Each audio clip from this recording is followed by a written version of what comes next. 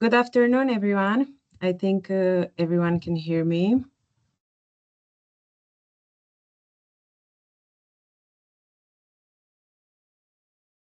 Okay, can I get a confirmation, please? Yeah? Yeah, Okay. we can hear you. Yeah. Just a second so I can start the presentation. Before that, I just want to let you know that this meeting will be recorded, as you already agreed in the link where you registered.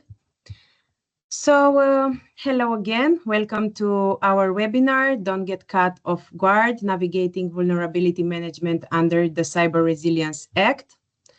My name is Andreea Scarlat. I'm a Senior Cybersecurity Coordinator at the Romanian National Cybersecurity Directorate, and I will be your host and moderator for today's session. This webinar is organized under the Cyber Resilience Act Artificial Intelligence Project. It is an initiative funded through the Digital Europe program. It is designed to support SMEs and micro SMEs in understanding and preparing for the upcoming CRA requirements. Today, we will focus on one of the most important parts of the Cyber Resilience Act, vulnerability management obligations, and what organizations need to do to get ready for this. We also have an excellent lineup of speakers. And before we begin, let me introduce our speakers and walk you a bit through today's agenda. Okay. We will begin with a short introduction of the CRA-AI project, followed by an overview of the readiness assessment tool, the first component designed to help SMEs understand their current alignment with CRA requirements, presented by myself. As I already mentioned, I work at the DNSC and I coordinate the European and international projects and programs directorate. And I'm also the project manager of the CRA-AI on the DNSC side. Next, we will move to the CRA-AI Early Adopter Program. It will be presented by Moreno Buffalo, CRA specialist at CyberCert Labs. Moreno will explain us how organizations can join the program, how to participate in dedicated workshops and gain early hands-on experience with the CRA-AI platform, and of course, contribute directly to shaping the roadmap and upcoming features. After the core part of today's session will be delivered by Angelo D'Amato, founder of Vulnir, and experienced cybersecurity expert with a strong background in vulnerability management and regulatory compliance. Angelo will guide us through the key vulnerability handling obligations introduced by Cyber Resilience Act and discuss what organizations should start preparing in terms of processes, coordination, and response capabilities. After Angelo's presentation, we will move into an initial Q&A segment where Conor McGovern, the CTO of CyberCert Labs and also the coordinator of the CRA-AI Consortium, will join Angelo to address a set of important questions. This session aims to give you a clear view of what the CRA requires when it comes to vulnerability management, what needs to be in place and why these obligations matter. We will also look at the internal processes organizations should prepare, from identifying the evaluating vulnerabilities to coordinating remediation and reporting. We will also highlight how the CRA-AI readiness assessment and the early adopter program can support SMEs by offering early guidance and practical experience with the tools we are developing in our project. Overall, the purpose is to give you concrete and actionable steps that will help you align with the vulnerability handling practices with the expectation of the CRA. By the end of this session, we hope you will have a much clearer picture of what the CRA actually requires when it comes to the vulnerability management. We will break down the key obligations and explain what they mean in practice for organizations placing digital products on the EU market. You will also gain insights into recommended approaches for handling vulnerabilities throughout the product lifecycle, from identifying and assessing them to coordinating remediation and ensuring proper reporting. We will then look at what organizations can start preparing internally, the processes, coordination points, and capabilities that need to be in place in order to meet the CRA expectations. And finally, you will hear how the CRA readiness assessment that I already told you about before and the early adopter program can support SMEs by helping them understand their current level of preparedness and to give them early access to the tools we are developing within the project. So why should you be interested in the CRA? First, because the regulation is approaching real fast and because it's comprehensive. And if your business makes or sells digital products in the European Union, then there's a good chance it might affect you. Second, because the stakes are really high, non-compliance can result in fines or loss of market access. But more than that, there's a reputational risk and an operational disruption. Because the CRA is not just a legal box to check, it's about building trust with your customers, ensuring your products are secure from the ground up. Let me now really short introduce you the project behind this webinar. This is a Europe-wide collaboration bringing together cybersecurity experts, public agencies, and SMEs themselves to simplify the CRA compliance. The goal is to remove as much of the complexity, uncertainty, and cost as possible and to replace it with practical AI-supported tools that can guide SMEs through this process.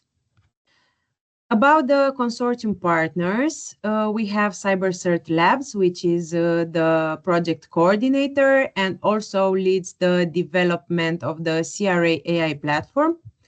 Then we have Refracted Security, which focuses on improving vulnerability management and integrating secure code analysis and penetration testing. Then we have NRD Cybersecurity, which is acting as a pilot SME, testing the platform with 2 real-world products to validate its effectiveness. And then it's us, the National Cybersecurity Directorate, or shorter DNSC. We lead the communication efforts, including webinars like this one. And also we engage with stakeholders across Europe. And last but not least, we have Red Alert Labs, which supports the pilot phase and helps define the technical artifacts needed for success of CRA conformity assessments. Each of the partners bring real-world experience to this platform, practical, tested, and aligned with actual CRA needs.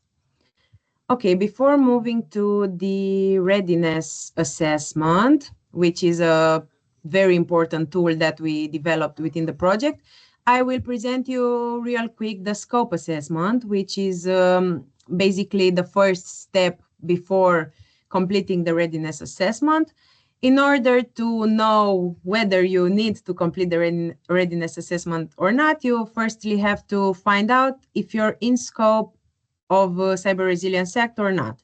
So we have this free tool on our website. You will also receive the presentation after, and you can check the link from here. And by completing it, you find out whether you're in scope of Cyber Resilience Act or not. And then another tool, the readiness assessment, which is a quick and accessible way for SMEs to understand how prepared they are for the upcoming requirements of the Cyber Resilience Act. It is an online assessment that takes around 30 minutes and provides a clear report showing your current level of alignment with CRA expectations. You will also receive a breakdown of potential gaps together with a practical recommendation on what needs to be improved. We think that for SMEs, this is a very useful starting point, especially if you don't have yet an internal process for CRA compliance. And as you see in the presentation, we provide the free access codes for SMEs who want to use this tool. So after the session, feel free to reach out to the email attached, Darius or someone from my team. If you can also put in chat the address, it would be great. And we will give you a code and some explanation of what you have to do. Okay, that was all from me. Now I will give the floor to Moreno. So he will tell you more about the early adopter program that we have. Moreno?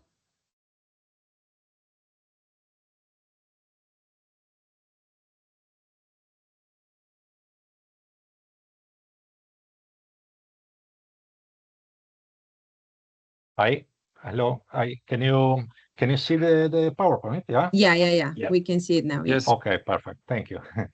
Just a moment. Good afternoon, everyone, and welcome. Thank you for joining our webinar today. As it was mentioned before by Andrea, our project goal is to build a platform that is called Attestra that will use AI features to help the manufacturers to align with the European Cyber Resilience Act. On January 2026, we will start our early adopters program. So with this program, we want to accelerate the development and adoption of the Attestra platform, working directly with you that are the manufacturers, the people that's really interested by this legislation.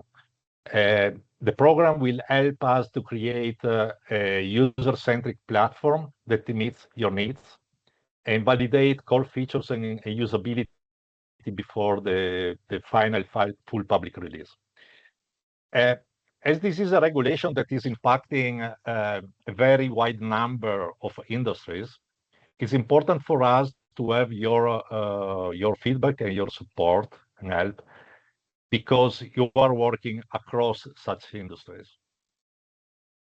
So you will have the opportunity to participate in dedicated workshops that will allow you to understand, for example, how to understand if your product are in scope for the legislation, how to perform a product decomposition and a risk assessment, and how to handle and reporting vulnerabilities. These workshops will be hands-on workshops, so practical and designed to prepare you to your journey for compliance. By participating, you will have the option to have access to early access to platform features, direct input into the roadmap, and exclusive offers, including free trials. Now, of course, to participate, you must be in scope for the CRA and commit to provide feedback and attend the workshop that we'll organize. Here, you can find the link by even the presentation that will be shared with you, where you can express your interest for the early adopters program. Thank you. Of course, I hope you will join us so that we can build together a platform. Our goal is not to build a platform that is just a simple checklist platform, but we want to create something that is really with the AI features helping your productivity in getting compliance for your products. So thank you again. And now I will pass the presentation to our guest, Angelo D'Amato, that will speak to you about vulnerability management under the European Cyber Resilience Act. Thank you so much. So I think that everything is in order. So I share the screen with the presentation. And also for the invite, and it's very great also to see how CRA and AI and other Digital Europe program projects were founded to support the SME in automatizing and of course to guide the implementation of the CRA. So, and I'm very, very honored to be here. And today the focus of the discussion will be on the vulnerability handling. And after my presentation, that will be at least around 20 minutes, I will be happy to go through your question and answer with Connor. So thank you so much. And let me just start. For who of you that doesn't know me, I am the rapporteur for the within the Sen Working Group 9 for Project Team 2, that is the generic security requirement for CRA, and then the Project Team 3, that is the vulnerability handling requirement standard. I am also today to provide you with the latest update vulnerability handling requirement standard. All my activities are founded by ESME, as you can see in this slide, and the European Innovation Council. And this is the reason why you can see this in every slide, and so is also worth noted this. So my work is possible also thanks to this funding related to the project called Stand for CR, that is funding not only me, but also the other rapporteur for vertical and horizontal for the same goal of creating the harmonized standard for the CRA. This is the agenda of today. So I will start with setting up a little bit of the context, just to on CRA and vulnerability handling. I will give you some update of what happened in these days on the vulnerability handling. This standard will be called, can we mute? So yes, please, in the call, try to mute yourself. And so this is helping also for having a smooth webinar. Thank you so much for the collaboration.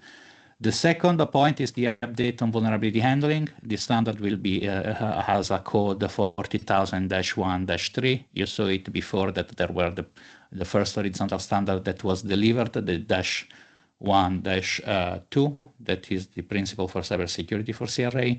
And there is also the vocabulary that has been released in a public inquiry. And then I will show it to you some timeline, and we will have the most important part of this, that is the question and answer part. So let's go to the meet here. So we will set up the context that the European Commission is always showing, that is showing you what are the main obligations of CRA that you need to satisfy while you are complying with the CRA. I find this very condensed and very straightforward, where there are the main building block of the CRA. That is all risk-based. So risk assessment is the main component that you should have in place. We have, of course, a set of requirements related that you need to implement, and all the vulnerability handling that will be the topic of today, along with the conformity assessment. And this needs to be happening all into the design and development. You need to have a shift left approach where you the requirement and then you have everything set it up and in place.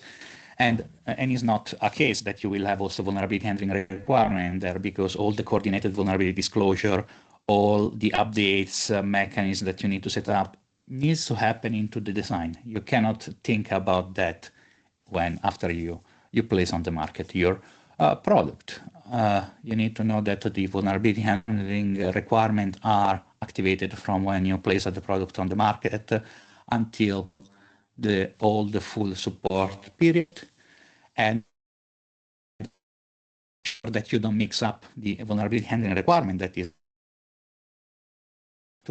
with the reporting obligation that you can find also in another section where it's speaking about actively exploitable vulnerability and severe incident. This is a part of incident handling that is a little bit separated. Is related, but you need to consider as two separate elements that you need to have in place, because our vulnerability handling is more focused on mitigating and preventing that vulnerability are happening, and then and is more product related. Incident, you need to include also the organizational aspect and the readiness of your organization to respond to incident and then to report to incident. CRA, of course, is not here to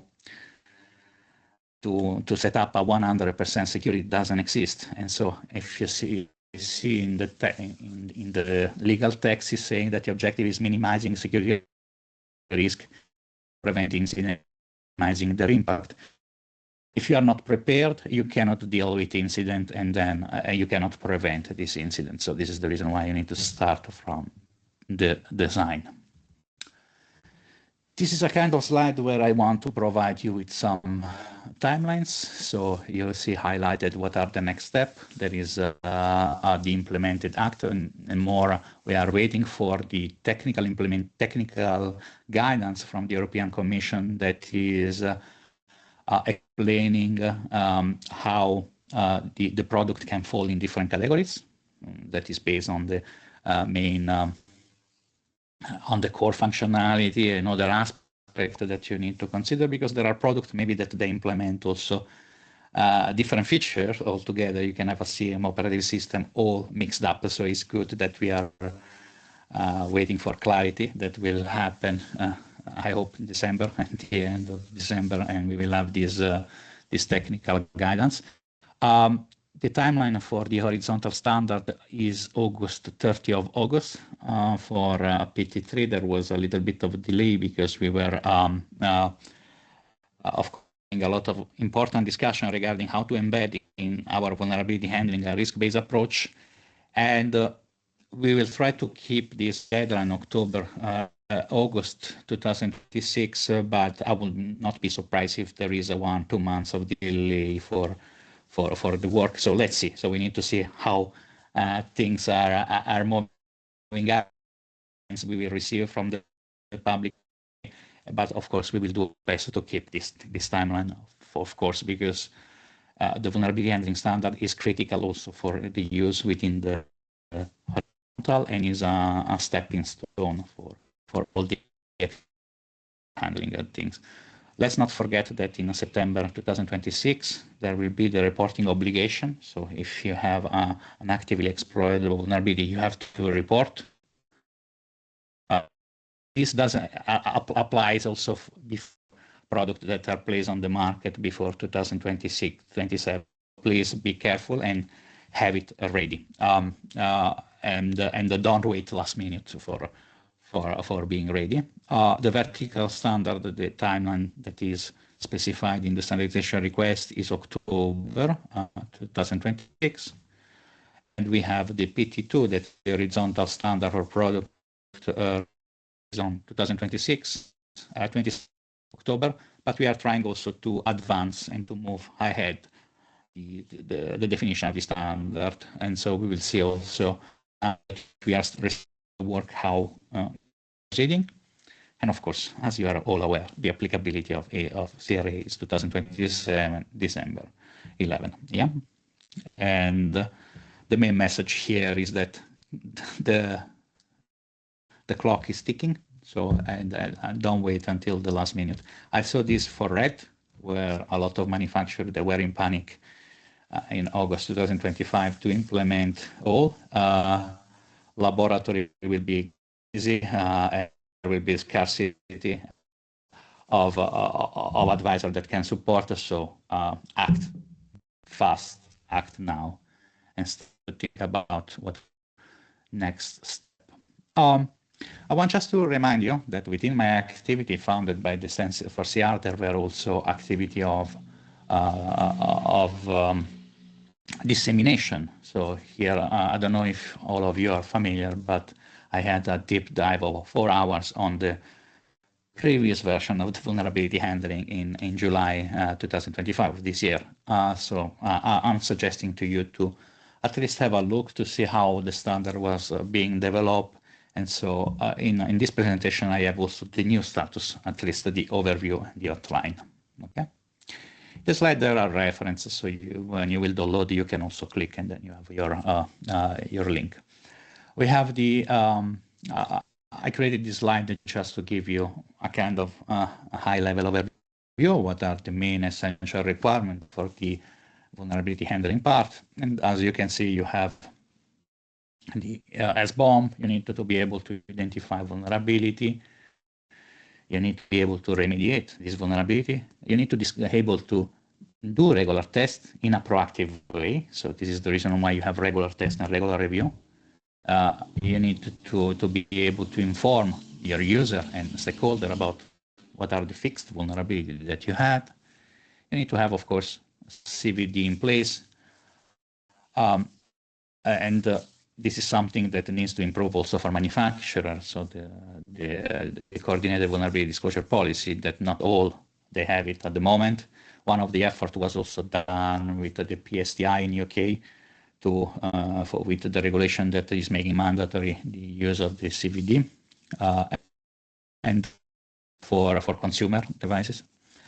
And then we have a mechanism to intake vulnerabilities. You need to have capability to receive vulnerability report from security. You need to have a secure distribution of it. You need to be able to, if there is an error to fix, you cannot place on the market a 100% secure product. And so you need to be able to have a secure update mechanism to be able to fix when there is some issue. And then you need to make available update free of charge, and there is all the things that are in. And you need to have all the dissemination of this vulnerability. I want to make you other notes. So I speak people, this is not clear. The standard that we are writing is not a cut and paste of the when you are using the Armada standard that we are writing, you need to look also at the law. So most of the component we are not including in our standard. For example, we will not copy and paste the obligation of the reporter. We are not copy and reporting obligation. You need to have both. You cannot really only look at the Armada standard and things that you are okay. I heard this for RED, for 18031. There are people that are just looking at 18031, and they are saying that risk assessment is optional, is not there, and so on. And then I want to make sure framework. You have the NLF framework, CRA legislation, and the standard. The standard is a technical interpretation legislation, but you as a manufacturer, you need to oblige and with the law. Okay, the Armada standard is only a technical means to your objective. So just to clarify, for most of you is clear, but I want just to make sure that this is covered.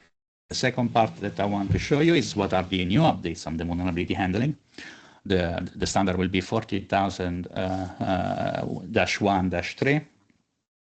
This is still to be released in public inquiry. It will be released or today or tomorrow, maximum next week, because now we finish the draft. We hand over to the CCNC from Sensenlec. Now they are doing the last quality check consistency, and then there will be the passage, or they will be moved to the next step, that is the formal public inquiry, where there will be 12 weeks. We will see the timeline later. I will also update you on specific timeline. I want just now to focus on the main part. So if you saw my deep dive in June, you have this similar slide with how it was the status at the time, and now you see what is the status now. As you can see, there is the main component that we added is the applicability. The applicability we introduce to have a risk-based approach for the vulnerability handling. It sounds strange, but you know, there are two components that you need to consider where you are having vulnerability handling activities. So you need to, the vulnerability may be critical and may impact on your product. And what do? You go faster. You solve fast that. But there is another component that is another variable, that is the impact of your product. A smart toothbrush that has a vulnerability is different from a router that has a vulnerability. And some level requirement needs to have less or more rigor of implementation.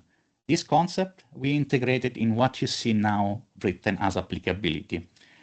Is not so now there is a discussion. We will see also the member state what they think about it, and so we are really looking forward for having input for this approach and understanding what makes sense and how we can calibrate to have a reasonable approach for all the market, also to address the limitation, and then of course of the SME, small medium enterprise in general, and to make sure that our standard is not a burden for the market. So because what we want to have is something that is feasible and implementable and proportional for the market. And this we need your help, that you are participating into the inquiry process and you will and your review and your input. Now the other steps are not a surprise. We have preparation. You need to prepare. You need to have all the vulnerability handling and CVD in place, and so on. And this can happen during the design. Then you have also the receipt, the verification, remediation, release, and post-release. That are all the vulnerability handling activities that are more operational in terms of receiving the vulnerability. You need to receive from external. You need to actively monitoring the vulnerability. You need to actively test for vulnerability in a regular and effective view. Then you need to verify this vulnerability, remediate, release, and then there is the post-release, that is the lesson learned, root cause analysis, and so on. This is just an outline. I cannot go more in details for that, but at least you have a kind of touch of what is expected in this new standard, and you will have it read when it will go in the public inquiry. This is another slide that is just showing you the vulnerability lifecycle, and this is also, I included also into the draft standard now. We will see how to refine this, but this is just a copy and paste from the state of vulnerability of 2018. You can click the link and you can go, but here I just reported for simplicity and just to say that I have a vulnerability. This vulnerability you can discover in many ways. One, that there is on the top that you patch directly when there is a reporter that is coming to you and say, hey, I have a vulnerability, can you check and try to fix? And so there is no even exploit and so on, public exploit. You have the vulnerability discovery that you maybe you have your internal that you have a research that is coming to you and they have this vulnerability. The first line is when you tested yourself, okay? You have a reporter. You mute. When you join the meeting, please can you mute yourself? Please. Thank you. And then we have the last step that there is some incident, there is an exploit, is a known vulnerability at a certain point, and you need also to speed up the resolution. Of course, we cannot skip the prioritization to understand your product. You cannot skip the assessment that you need to have and the reporting part that is also key for reporting of actively exploitable vulnerability, and remediate, verify that the remediation is working as expected. If not, you need to go back to the cycle. And of course, while the risk at the beginning, we expected that when you have a patch, the risk is lowering down while going up to this chain. And this is the main message that is also in the document from. I want to go through where we are now. Also important. I think that most of you are about what are the timeline, okay? Today is 27. I did a mistake to be submitted for formal vote. Is to be submitted inquiry. I will fix the slide later. So it means that the formal public inquiry, from the public inquiry, be 12 weeks. So where the HAS consultant will provide his feedback, and then we will have also the national standardization body that will provide in this.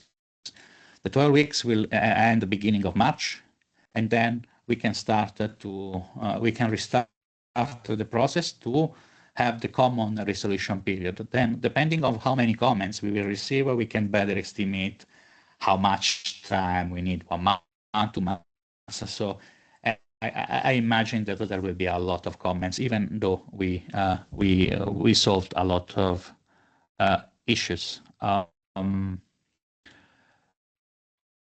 We had we have all the dispatch. We hope that it is happening, if not earlier. But let's say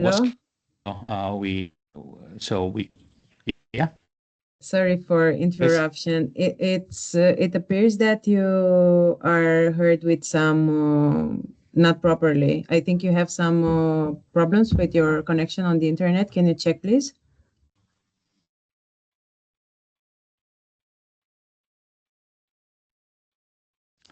I switch on my phone, so is it better? Yeah, I think it's better. Yeah, thank you. Yeah. I apologize, and I think that I think that there is a problem with my connection. Unfortunately, thank you for letting me know. Like I said, so just to repeat very quickly, so we have the dispatch of two inquiry, that is the 30.99 is the code of this stage. You can look into the internal regulation of Sensenec to see what does it mean really that, and what is the formal process. There are a lot of training from SEN, you can see, but what you need to know is that the standard will go to public inquiry between today and next Monday, max, and the document is in the hand of CCMC for the final quality check.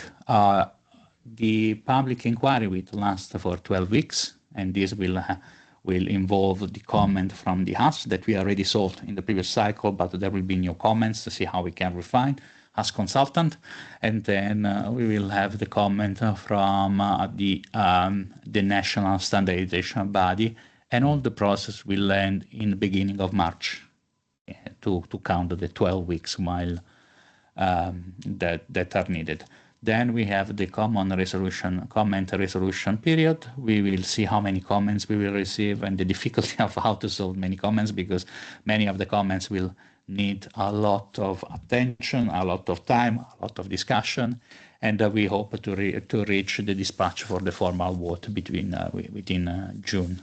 And we will try our best to be within the deadline, and of course to be published at the same time in August 2026, and I hope that there is no delay. But really, we cannot predict, because we need to understand what is happening after the public inquiry and how many comments we will receive on the document itself. So, and now we are in the question and answer part, and I'm opening if you have any other questions or details that we can go through.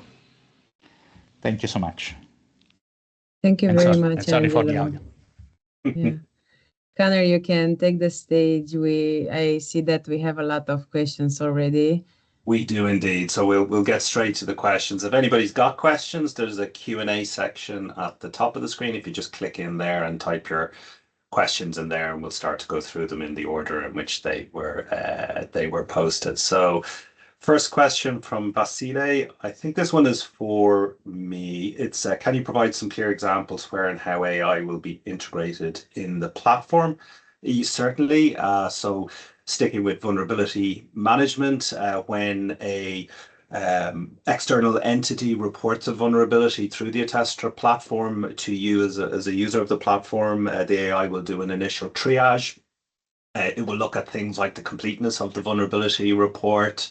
Does it have all the relevant information? If it does, what kind of severity might this vulnerability be initially rated at? So it can sort of get that initial triage workflow going that Angelo showed earlier.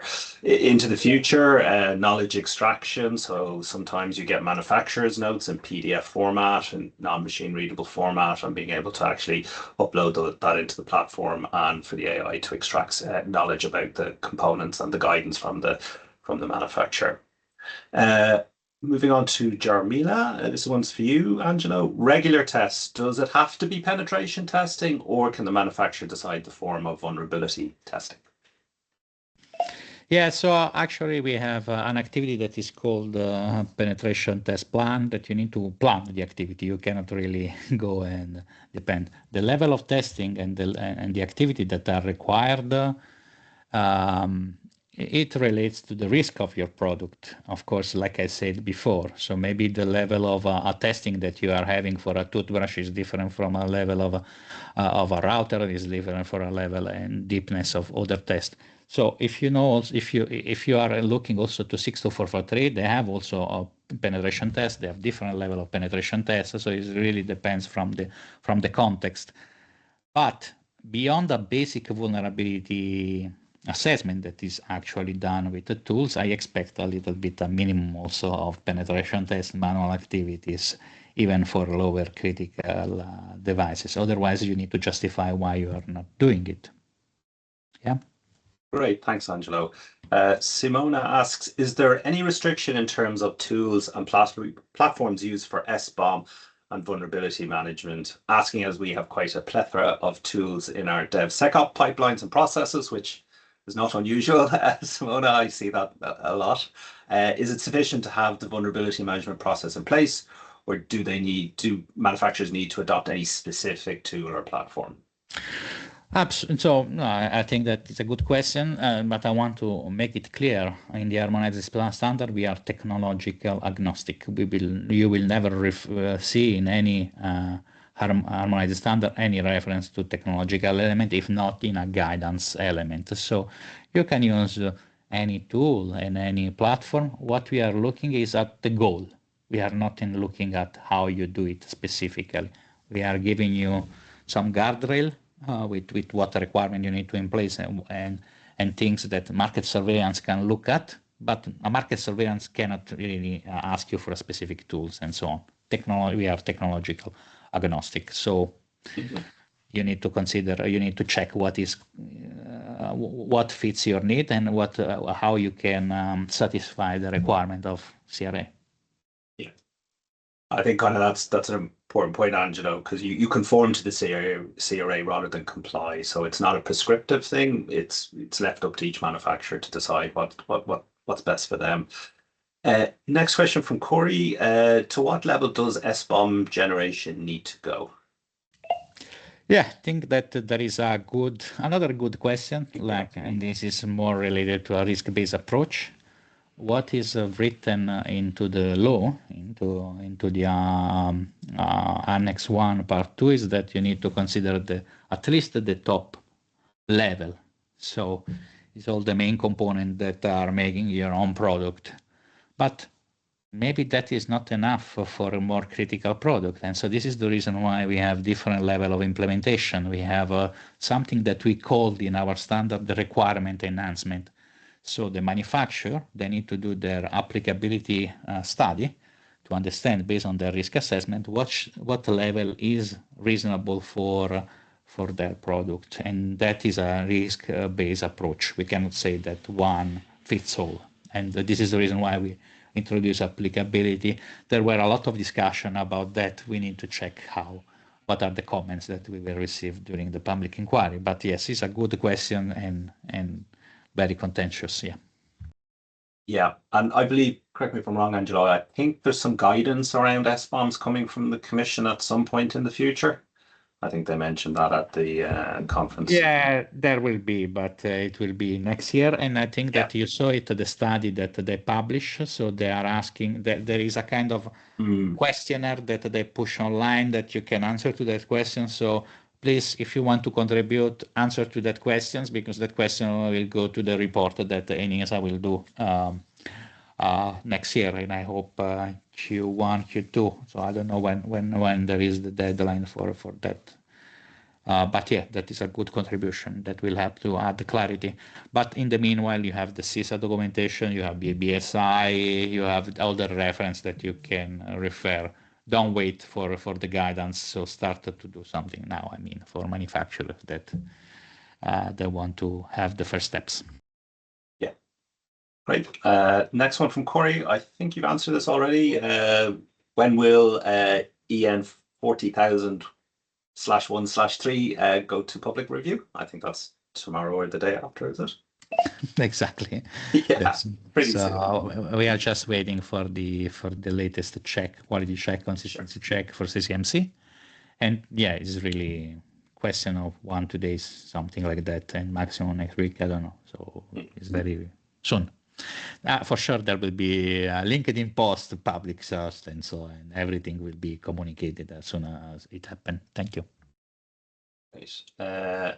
One more from Corey. If an organization is already part of a PSIRT, does this satisfy the CRA requirements? I'm not familiar with what PSIRT is. Product Security Incident Response. It's just, so you can have PCIRT, you can have CCIRT, you can have anything in place. Sure. And this is also referenced by the 30,111 and the other. The fact it's good that you have organizational, you can have a team that is taking in charge, but a team needs to be governed. You need to have policy and procedure in place. You need to make sure that people, they know what to do, when to do it, and which level of details they need to go. So yeah, of course, it depends. What do you mean? The fact that is existing a PCIRT is not enough per se, if there is not the infrastructure around and the requirements that needs to satisfy. Yeah. Right. Let's see. How does the vulnerability management process of the CRA align with the one that we must implement for NIS2, DORA, and EUCC? Is the process explained here compliant with all of these regulations and standards? Yeah, I think that this is regarding the interplay. So you have, for example, DORA for financial, then you have for NIS2, you have it for critical infrastructure, important and critical element organization. But you cannot have a secure infrastructure if you don't have the product that are in this infrastructure secure. And here is where CRA is coming into place. CRA is focusing on product security and a process around product security. This is about the organizational aspect, and then you can see that there is a kind of alignment between CRA with the reporting of actively exploited vulnerability, and also for NSA, the DORA, that you have the same requirements. And then there is ENISA that is working on creating the single reporting platform, the EU database, the EU Cyber Solidarity Act. Please have a look at that, because that is also putting all together. And so there is also the omnibus digital package that is going there to organize and to align all the things. I will not really comment on that and go into details, but yeah, there is a lot to say, but the alignment there is, and there is in the terms that I explained. CRA product requirement, and of course you need to have maybe a PCIRT that is checking at the product, understanding that there is a vulnerability, but you need to have all the organizational process to make sure that they work together, and then you secure an organization end to end, not only from product perspective, but also organizational level. Yeah, hopefully that I answered the question. Yes, and I think it's important that we're moving towards a single reporting platform with a single set, and ENISA is driving that. And just to say, yeah, the CRA on one hand and NIS2 and DORA on the other hand, one is product security and the other is operational security. They kind of go together. So if we have more secure products, less vulnerabilities in our networks, therefore that lightens the load on NIS2 and DORA, in that it should shrink the attack surface. That's sort of the goal of how they play together. Just to say, I put a link into the survey on in the ENISA survey around SBOM and state of the art, just into the chat there if people want to go fill that in and contribute. So we had a question. It came originally from Andre. Andre has pasted it into the chat there. Another question to audience: for realistic scenario which could happen, imagine supplier made design mistake choosing software component which is having inherent vulnerabilities, and he will not pass CRA certification. Fixing is affecting their product time to market, and there will be necessary significant reworking effort. Then will be there like possibility like CRA process exceptions to postpone fixes to next product release? So I think what the question there is if you inherited a software package upstream. It turns out there's a vulnerability in it. Can you wait till the next release of the product before fixing it? You are aware, you have a due diligence, and in your due diligence, you need to make sure that you select a component with your criteria, can be CE mark, not CE mark, and so on. But you need to evaluate what is the risk of your product, and you need to make conscious decision. I didn't see in the law any exception, so that's it. So this will be my answer. So you need to have a risk-based decision approach. You need to make sure if that vulnerability has impact on your product, can be exploited, and what is the impact of your exploitation. And you need to have all this documented and having your due diligence in place. So yeah, the answer is depends. Yeah. It's worth noting there were other projects funded under the same call that we were funded. There is a project called Octet, which is focusing on open source. So a big part of what people inherit is open source in terms of libraries. Their project is setting up a process where you can validate the CRA conformity of open source projects in a central place. They're trying to build a central kind of platform that you can go there. So that will really, really help. So there's also this thought about the composition approach. So when you're taking in the libraries, yes, not just SBOM, but if you've got static code analysis tools, you should be looking, am I inheriting, vulnerable libraries? But I think that the main criteria is that if it's exploitable, no, because it's already there. If it's not exploitable, it's something that maybe you don't use, maybe that you need to remove. You can also postpone some of this, but everything needs to be driven by a risk-based approach and by documented decision. So that's it. So this is the reason why there is a proportionality. It's not that all the vulnerability are not born the same. So it doesn't mean that you have a vulnerability and then that can be exploitable or have an impact. You need to do your due diligence. Right. This is one we talked about earlier, Angelo. So Fujiwara asks, what is a criteria whether vulnerability, the difference between an exploited vulnerability and an exploitable vulnerability, those two sort of concepts? Yeah, so exploitable is that there is a chance to be exploitable and is not exploited. Exploited is the action that this is more related to the fact that is more an English term that they say. Yeah. I'm sorry, I missed a piece on the end there, Angelo. And then what's the criteria to report to ENISA? Sorry, that was the second part of the question I missed. Okay, so I don't see the list. So the criteria are listed into the obligation of reporting of CRA. We will not include it in the vulnerability handling. It's something separated. I think that there will be guidance from the European Commission, from ENISA, and the single reporting platform is still to be implemented and will go live, I guess, in September 2026, so or around that time. And so you need just to look at what will happen. But what I can suggest to the manufacturer, don't wait till last minute, prepare, have all the process to identify vulnerability in place, to intake vulnerability or your software update mechanism in place, and so don't wait until the last minute. Question from Seismon. Can you explain when the single reporting platform will become operational? How will it work in practice for manufacturers, and whether you can already share a bit more detail about it? I think that ENISA can answer better than me, since they are following that. So I really cannot think. I need to. I can maybe add a small bit of detail there, because we were at a meeting with ENISA. I don't know when it will become operational, but what they were saying was that you have the option to report to your national CSIRT authority or to ENISA. So when you report to your national CSIRT, they take the work or the obligation on to pass that on to ENISA. So if your national body already has a platform, you can just use that. That's fine.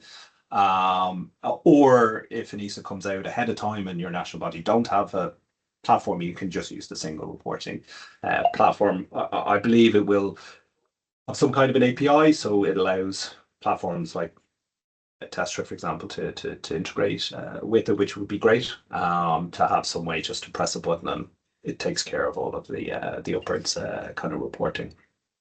Absolutely, and I think that the delay in implementation on NIS2 is not helping because each member state needs to have the contact point, the CCRT in place, but you should be able to report it to the nation with that. There should be at least an email where you can contact or to report to ENISA, even by mail if until we have the single reporting platform. But of course, totally right. Thank you, Connor.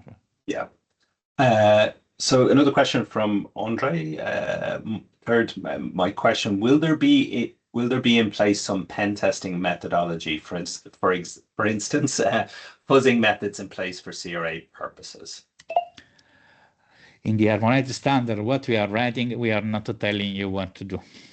So there is a test plan. The manufacturer needs to have a risk-based approach, defining what are the level of activity and the deepness of the activity. Because even fuzz testing, you can have black box, you can have white box, you can have code level. We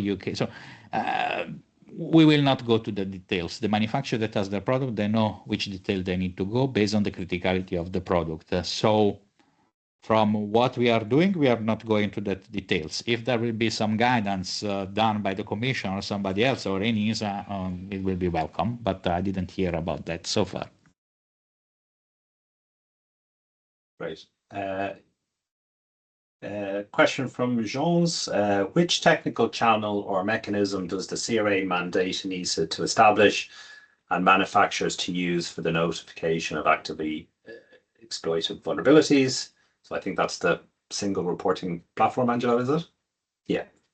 Absolutely. We already covered and they are developing it, to be honest. There was a funding of 11 million, 12 million. And there is a company that is working on and everything is under the direction of ENISA. So yeah, they are the best channel to give answer to this. Yeah. And there was a comment from Andre, which I agree with, just talking about the realities, of a manufacturer and how to deal with these things. I'd echo Moreno's point about the early adopter program. So these are the things that we want to work through with manufacturers, what will work in practice. So we have a lot of, from the regulation and then from the standards, we have frameworks to work within, but established norms, best practice, they're not going to come from those frameworks. We'll need to establish them, based on probably industry and sectors. So, there'll be difference. If you're pure software, pushing out a patch is a lot easier. If you've built an entire OT platform that's running, good example, we have a very, very big milk processing factory in Ireland. It processes about 1 billion litres of milk a year. You can't pour milk down the sink, was what the CISO said to me. So he said, if we're down, if our plant shuts down, we've an environmental catastrophe because we can't get rid of the milk and cows have to be milked. And I didn't even think of that. So there's an industry where you can't turn the factory off. It has to stay on all the time. So how would you deal with issues there? So there's sort of some of the practicalities and use cases we want to work through and then to circulate them back out to the community. We do have a few more questions and I know we're running very close on time. Is the expert group expected to provide a template for vulnerability reports? That's from Corey.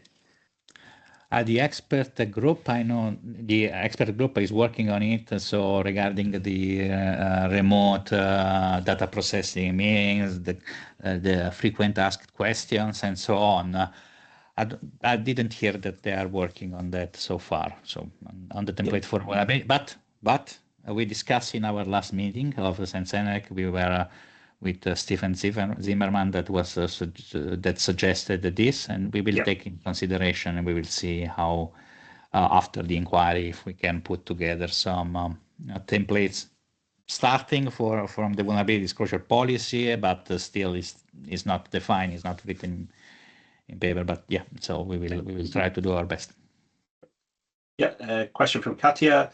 Would this publication include a clear definition of exploitable vulnerability. Is it correct to claim that this concept does not mean every vulnerability, but the relevant ones for the TOE, the target of evaluation?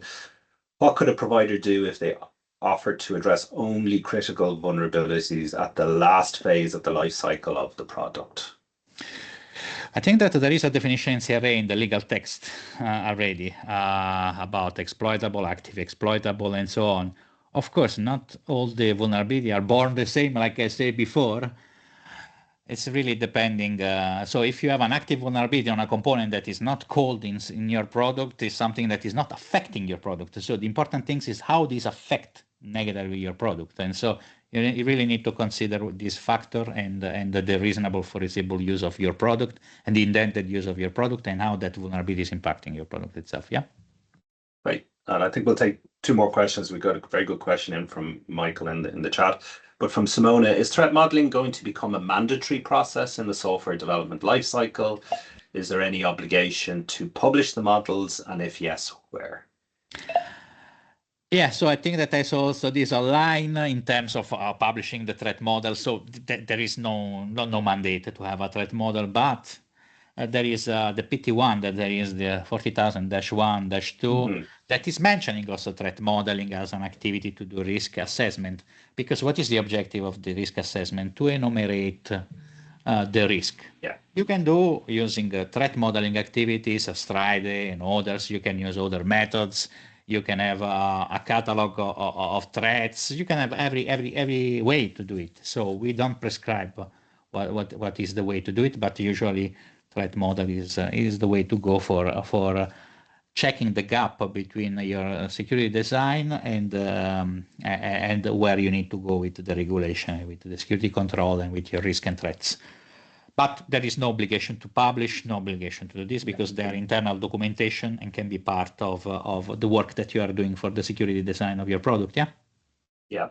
One thing to say is one thing we're discussing as part of the early adopters program, but just more broadly, not so much the threat modeling, but if you've created a model of your product and you're a component manufacturer and you sell that downstream, it could be very useful to give that machine readable decomposition of your product to your customers so that they can then use that for threat modeling if it's already, they don't have to do the work to decompose. You mean the data flow, because usually there is a data flow model and an abstraction of your product. Yeah, exactly. So, and I think that maybe this can be done by open source because open source can have that and then can give more insight. And also for SBOM, maybe they can publish and make it more easily accessible. And so, but this is not mandatory, though. I think that's the point, Angelo. Yeah, best practice and good practice and community help would. A question from Michael: reporting obligations will be effective September 11, 2026. This is Article 14. This does not, to my understanding, require manufacturers to actually fix the vulnerability, just the reporting. The fixing is mandated through Annex 1, Part 2 requirements. What's your view on this technicality?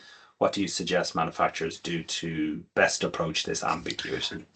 Yeah, I think that even if it's not enforced, you are right, it's not enforced because what is active is only that reporting obligation. But I would really challenge anybody knows that there is a critical exploitable vulnerability, they don't fix it because it's not a law, because there is impact on your image, on news. So I think that it's not enforced, but I think that it's in their interest to fix it if it becomes even public, that vulnerability. My view is that you are not forced, but maybe it's better that you do it. So, yeah. And this is maybe where the interplay between NIS2 and DORA and the CRA comes. So speaking to people, who are operating essential services, particularly in financial services, they're mandating or they're asking for attestations prior to the CRA coming into full effect as part of their procurement process. So they're saying, okay, we have frameworks and a standard and something to adhere to now. We would like our manufacturers and the products we buy to meet this mark. So yeah, I think certainly for those sectors and industries, that's possibly coming through the procurement processes. Yeah. Great. I think we're at just a tiny bit over time, but I thought some of those questions were excellent and well worth staying on. So thank you to Angelo, and I'll hand back to Andrea now just to wrap up the webinar for us. Thank you everyone for this engaging conversation. We had a lot of questions, important ones. I will end this webinar with a few steps that will help you in this journey with CRA. Just a second for my presentation to start, because I have a slide here. Okay. One second, please.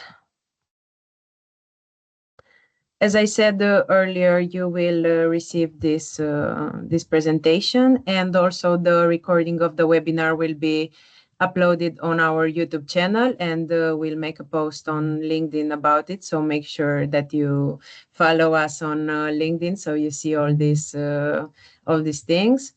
So to wrap up, here are a few practical steps you can take right after this webinar. First, we recommend you to complete the CRA readiness assessment. This will give you a personalized report outlining your current status, and will provide you with a step-by-step CRA guide. If you're an SME, you can request the code to the email Darius put earlier in the chat, and it's also in the presentation. Secondly, consider joining the early adopter program that Moreno told us about. You will get access to an AI compliance platform and help its development with real-world input. And you can register to this directly on the link attached. Also, feel free to explore more on the project website, and as I said, to follow us on LinkedIn, because we share there all the updates, upcoming events, and all these kind of things. We will also have one more webinar until this year ends, and we are also waiting for you to join us there as well. Okay, thank you. I think it was a very useful conversation. Thank you, Moreno, Angelo, and Connor for your input, and thanks everyone for your time. See you at the next events. Bye bye. Thank you all, and thank you for the great question. Bye. Thank you, Angelo.